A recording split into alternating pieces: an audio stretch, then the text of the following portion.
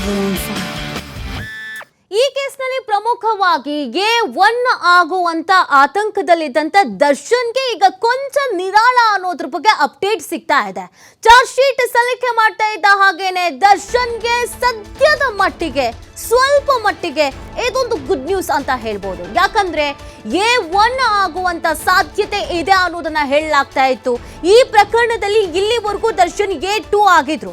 ಆದ್ರೆ charge sheet ನಲ್ಲಿ A1 ಅಂತ ಮಾಡಲಾಗಿದ್ಯಾ ಅನ್ನುವಂತ ಒಂದು ಅನುಮಾನ ಅವರ ವಕೀಲರಿಗೂ ಮತ್ತು ಅವರಿಗೂ ಶುರು ಆಗಿತ್ತು. ಆದ್ರೆ ಈಗ ಸಿಗ್ತಾ ಇರುವ ಮಾಹಿತಿಯ ಪ್ರಕಾರ ಕೊಂಚ ಮಟ್ಟಿಗೆ ನಿರಾಳ A1 ಆತಂಕದಲ್ಲಿದ್ದಂತ ದರ್ಶನ್ಗೆ FIR ನಲ್ಲಿ ಇರುವಂತೆಯೇ ಚಾರ್ಜ್ ಶೀಟ್ ನಲ್ಲೂ ಕೂಡ A2 ಅನ್ನುವಂತ ಉಲ್ಲೇಖವನ್ನ ಮಾಡಲಾಗಿದೆ.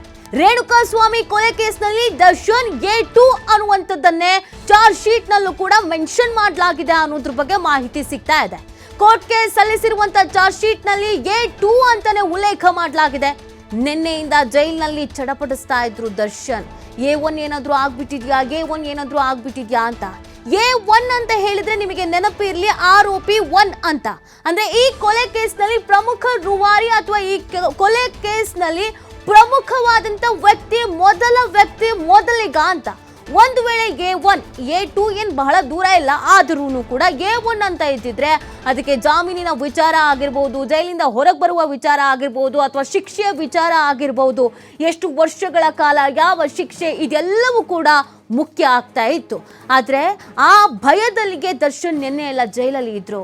ಢವ ಅಂತ ಅನಿಸ್ತಾ ಇತ್ತು, ಏನಾಗುತ್ತೋ ಏನ್ ಕಥೆನೋ ಅಂತ. ಆದ್ರೆ ಇದೀಗ A2 ಅಂತಾನೆ ಚಾರ್ಜ್ ಶೀಟ್ ನಲ್ಲಿ ಉಲ್ಲೇಖ ಮಾಡಲಾಗಿದೆ ಅನ್ನುವ ಮಾಹಿತಿ ದರ್ಶನ್ಗೆ ತಿಳಿದಿದೆ. ಈ ವಿಚಾರ ತಿಳಿತಾ ಇದ್ದಂತೆ ಬಳ್ಳಾರಿ ಜೈಲಿನಲ್ಲಿ ಕೊಂಚ ನಿರಾಳ ಆಗಿದ್ದಾರೆ ದರ್ಶನ್ ಅನ್ನೋದ್ರ ಬಗ್ಗೆ ಕೂಡ ಮಾಹಿತಿ ಸಿಗ್ತಾ ಇದೆ. ಈ ಕೇಸ್ನಲ್ಲಿ ಪವಿತ್ರ ಗೌಡ A1 ಆರೋಪಿ ಅನ್ನೋದನ್ನ ಉಲ್ಲೇಖ ಮಾಡಲಾಗಿತ್ತು FIR ನಲ್ಲಿ. ಆದ್ರೆ ಕೆಲವೊಂದು ಸಂದರ್ಭದಲ್ಲಿ ಪವಿತ್ರ ಗೌಡ ಪರ ವಕೀಲರು ವಾದ ಮಾಡುವಾಗ, ಮೊನ್ನೆ ಅವರು ಬೇಲ್ಗೆ ಅಪ್ಲೈ ಮಾಡ್ಕೊಂಡಿದ್ರು, ಆ ಬೇಲ್ನ ವಾದ ಮಾಡುವಾಗ್ಲೂ ಪವಿತ್ರ ಗೌಡನ ಯಾವುದೇ ರೀತಿಯಾದಂಥ ಪಾತ್ರ ಈ ಪ್ರಕರಣದಲ್ಲಿ ಕೊಲೆಯ ಹಂತದಲ್ಲಿ ಇಲ್ಲ ಅನ್ನೋದನ್ನ ಅವರ ವಕೀಲರು ವಾದ ಮಂಡಿಸಿದ್ರು. ನನಗೆ ಮೆಸೇಜ್ ಬಂದಿದೆ ಅನ್ನೋದನ್ನ ಡೈರೆಕ್ಟ್ ಆಗಿ ಪವಿತ್ರ ಗೌಡ ದರ್ಶನ್ಗೆ ಹೇಳಿಲ್ಲ. ಒಂದು, ಪವಿತ್ರ ಗೌಡ ಇಲ್ಲಿ ಕೊಲೆ ಮಾಡಿ ಅಂತಲೂ ಹೇಳಿಲ್ಲ.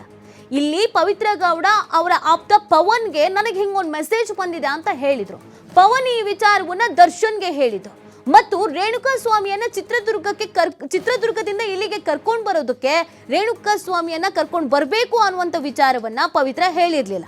ಕರ್ಕೊಂಡು ಬಂದ ನಂತರವೇ ಪವಿತ್ರ ಗೌಡಗೆ ಸರ್ಪ್ರೈಸ್ ಕೊಡುವಂತ ನಿಟ್ಟಿನಲ್ಲಿ ಈ ಪವಿತ್ರ ಗೌಡನನ್ನ ಪಟ್ಟಣಗೆರೆ ಶೆಡ್ಗೆ ದರ್ಶನ್ ಕರ್ಕೊಂಡು ಹೋಗಿದ್ರು ಅನ್ನೋದು ತನಿಖೆ ಸಂದರ್ಭದಲ್ಲಿ ಗೊತ್ತಾಗ್ತಾ ಇತ್ತು. ಸೊ ಹೀಗಿರ್ಬೇಕಾದ್ರೆ ಇಲ್ಲಿ ಪವಿತ್ರ ಗೌಡನ ಪಾತ್ರ ಏನೂ ಇಲ್ಲ. ರೇಣುಕಾಸ್ವಾಮಿಯನ್ನ ಕೊಲೆ ಮಾಡಿ ಅಂತ ಪವಿತ್ರ ಹೇಳಿಲ್ಲ, ಕೊಲೆ ಮಾಡಬೇಕು ಅಂತನೂ ಪವಿತ್ರ ನಿರ್ಧರಿಸಿರ್ಲಿಲ್ಲ. ಆ ಕಾರಣಕ್ಕಾಗಿ A1 ಪವಿತ್ರ ಅಲ್ಲ ಅನ್ನೋದನ್ನ ಪವಿತ್ರ ಗೌಡ ಪರ ವಕೀಲರು ವಾದವನ್ನ ಮಂಡಿಸಿದ್ರು. ಹಾಗಾಗಿ ಇದರಲ್ಲಿ ದರ್ಶನ್ ಏನಾದ್ರೂ ಪಾತ್ರ ಇರೋದ್ರಿಂದ A1 ಮಾಡ್ತಾರ ಅನ್ನೋ ಒಂದು ಅನುಮಾನ ಇತ್ತು. ಈಗ ಇಲ್ಲ ಅನ್ನೋದು ಗೊತ್ತಾಗ್ತಾ ಇದೆ. ಚಾರ್ಜ್ ಶೀಟ್ ನಲ್ಲಿ ಹಲವು ಪ್ರಮುಖ ಸಾಕ್ಷಿಗಳ ಉಲ್ಲೇಖ ಆಗಿದೆ. ಸ್ಥಳ ಮಹಜರು ನಡೆಸಿದ್ದ ವೇಳೆ ಸಂಗ್ರಹಿಸಿದಂತ ಸಾಕ್ಷಿಗಳು ಇಲ್ಲಿ ಪ್ರಬಲವಾಗ್ತಾ ಇದೆ, ಮಹತ್ವವನ್ನ ಪಡ್ಕೊಳ್ತಾ ಇದೆ. ಪಟ್ಟಣಗೆರೆ ಶೆಡ್ನ ಸುತ್ತಮುತ್ತ ಇದ್ದಂತ CCTVಯ ದೃಶ್ಯ, ಪಟ್ಟಣಗೆರೆ ಶೆಡ್ ಬಳಿ ಇದ್ದಂತ ಮೊಬೈಲ್ನ ಲೊಕೇಶನ್, ತಹಶೀಲ್ದಾರ್ ತೆರಳಿ ಪಂಚನಾಮೆ ಮಾಡಿ ಸಂಗ್ರಹಿಸಿದಂತ ಸಾಕ್ಷ್ಯಗಳು, ಆರೋಪಿಗಳ ಮೊಬೈಲ್ನಲ್ಲಿ ಇದ್ದಂಥ ಫೋಟೋಗಳು, ತಾಂತ್ರಿಕ ಸಾಕ್ಷ್ಯಗಳು, ವೈಜ್ಞಾನಿಕ ಸಾಕ್ಷ್ಯಗಳು, ಇದೆಲ್ಲವನ್ನ ಕೂಡ ಚಾರ್ಜ್ ಶೀಟ್ನಲ್ಲಿ ಉಲ್ಲೇಖ ಮಾಡಲಾಗಿದೆ ಅನ್ನುವಂಥ ಅಪ್ಡೇಟ್ ಸಿಗ್ತಾ ಇರೋದು. ನೋಡಿ, ಈ ಕೊಲೆ ಪ್ರಕರಣ ಅಥವಾ ಯಾವುದೇ ಪ್ರಕರಣಗಳಾಗಿರಲಿ, ಅದೊಂದು ಚಿಕ್ಕ ಕಳ್ಳತನ ಆಗಿರ್ಬೋದು, ಅಥವಾ ಯಾರದ್ದು ತಲೆ ಒಡೆದಿರೋದಾಗಿರ್ಬೋದು, ಅಥವಾ ಕೊಲೆ ಆಗಿರ್ಬೋದು, ಎಲ್ಲದರಲ್ಲೂ ನಮ್ಮ ಕಾನೂನಿನಲ್ಲಿ ಕೇಳೋದು ಸಾಕ್ಷಿಗಳೇ. ಹಾಗಾಗಿ ಈ ಪ್ರಕರಣದಲ್ಲಿ ಯಾವುದು ಮೇಜರ್ ಸಾಕ್ಷಿ ಅಂತ ಅನ್ಸ್ಕೊಳ್ಳುತ್ತೆ ಅನ್ನೋದು ಪ್ರಶ್ನೆ ಆಗಿತ್ತು, ಮತ್ತು ಎಷ್ಟು ಸಾಕ್ಷಿಗಳು ಸಿಗಬಹುದು ಅನ್ನೋದು ಕೂಡ ಪ್ರಶ್ನೆ ಆಗಿತ್ತು. ರೇಣುಕಾಸ್ವಾಮಿಯನ್ನ ಚಿತ್ರದುರ್ಗದಿಂದ ಪಟ್ಟಣಗೆರೆ ಶೆಡ್ಡಿಗೆ ಕರ್ಕೊಂಡು ಬರೋ ತನಕಲೂ ಕೂಡ ಸಾಕ್ಷಿಗಳನ್ನ ಕಲೆ ಹಾಕಿದ್ದಾರೆ.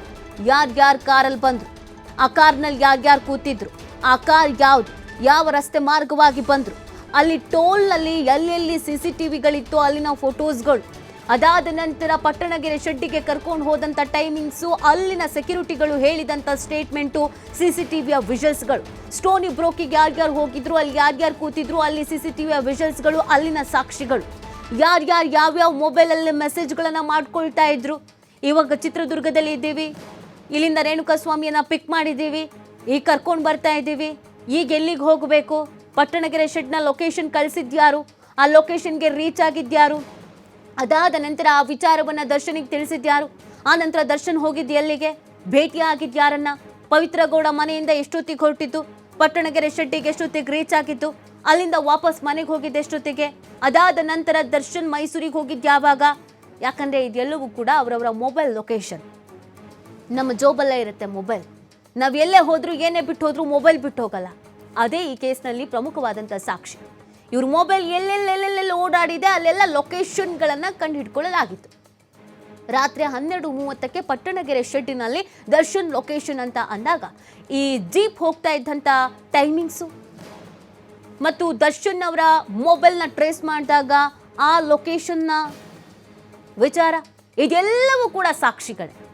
ಸ್ಥಳ ಮಹಾಜರು ಮಾಡ್ತಾ ಇದ್ದಂಥ ಸಂದರ್ಭದಲ್ಲಿ ಪಡ್ಕೊಂಡಂಥ ಸಾಕ್ಷಿಗಳು, ವೈಜ್ಞಾನಿಕ ಸಾಕ್ಷಿಗಳು. ರೇಣುಕಾಸ್ವಾಮಿಯ ಮೃತದೇಹ ಮರಣೋತ್ತರ ಪರೀಕ್ಷೆಯಲ್ಲಿ ಒಂದಷ್ಟು ವಿಚಾರಗಳು ಬಹಿರಂಗವಾಗಿತ್ತು. ಈ ವಿಚಾರಗಳು ಭಯಾನಕವಾಗಿತ್ತು. ಆ ವೈಜ್ಞಾನಿಕ ಸಾಕ್ಷಿಗಳನ್ನು ಕೂಡ ಇಲ್ಲಿ ಉಲ್ಲೇಖ ಮಾಡಲಾಗಿದೆ. ಎಷ್ಟೊತ್ತಿಗೆ ಜೀವ ಹೋಯಿತು, ಎಷ್ಟೊತ್ತಿಂದ ನರಳಿದ್ರು, ರೇಣುಕಾಸ್ವಾಮಿ ಸಾವಿಗೂ ಮುನ್ನ ಅವರ ಕಣ್ಣು ದೃಷ್ಟಿಯನ್ನು ಕಳ್ಕೊಂಡಿದ್ರು ಅಂತ ಹೇಳಲಾಗಿತ್ತು. ಎಷ್ಟು ಬಾರಿ ಹಲ್ಲೆ ಮಾಡಲಾಗಿದೆ, ಯಾವ್ಯಾವ ಭಾಗಕ್ಕೆ ಹಲ್ಲೆ ಮಾಡಲಾಗಿದೆ, ಎಷ್ಟು ಫೋರ್ಸ್ ಆಗಿ ಹಲ್ಲೆ ಮಾಡಿದ್ದಾರೆ, ಎಷ್ಟೊತ್ತಿಂದ ಚಿತ್ರಹಿಂಸೆ ಕೊಟ್ಟಿರಬಹುದು, ಪ್ರಾಣ ಯಾವ ಸಮಯಕ್ಕೆ ಹೋಗಿರಬಹುದು ಅಂದಾಜು ಎಲ್ಲವನ್ನೂ ಕೂಡ ಇಲ್ಲಿ ಸಾಕ್ಷಿಗಳಾಗಿ ಉಲ್ಲೇಖ ಮಾಡಲಾಗಿದೆ.